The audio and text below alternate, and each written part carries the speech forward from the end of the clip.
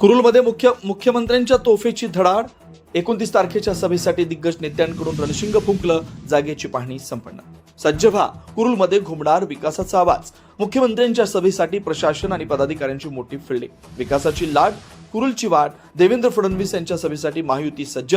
पहा सभेच्या तयारीचा विशेष आढावा. ही बातमी संकलित केले तडका न्यूज मराठीनं.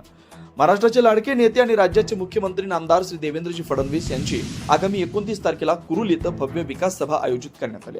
या सभेच्या नियोजनासाठी आणि जागेची तांत्रिक पाहणी करण्यासाठी आज कुरुल इथं विविध क्षेत्रातील दिग्गज मान्यवर आणि प्रशासकीय अधिकाऱ्यांनी भेट दिली. यावेळी महाराष्ट्र सहकार परिषदेचे अध्यक्ष श्री राजन मालक पाटील यांनी सभेच्या नियोजनाबाबत उपस्थितांना मार्गदर्शन केलं. सभेसाठी येणारी जनसामान्यांची गर्दी, वाहनांचं पार्किंग आणि सुरक्षा व्यवस्था यावर सविस्तर चर्चा करण्यात आली.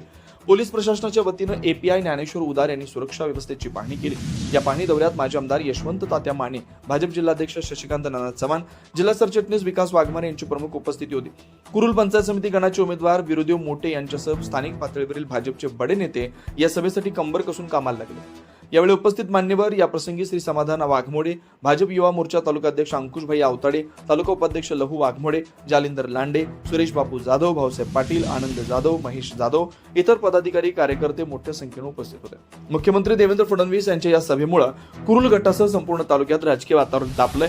या सभेच्या माध्यमातून भाजप मोठी शक्ती प्रदर्शनाची तयारी करत असल्याचं दिसून येत आहे.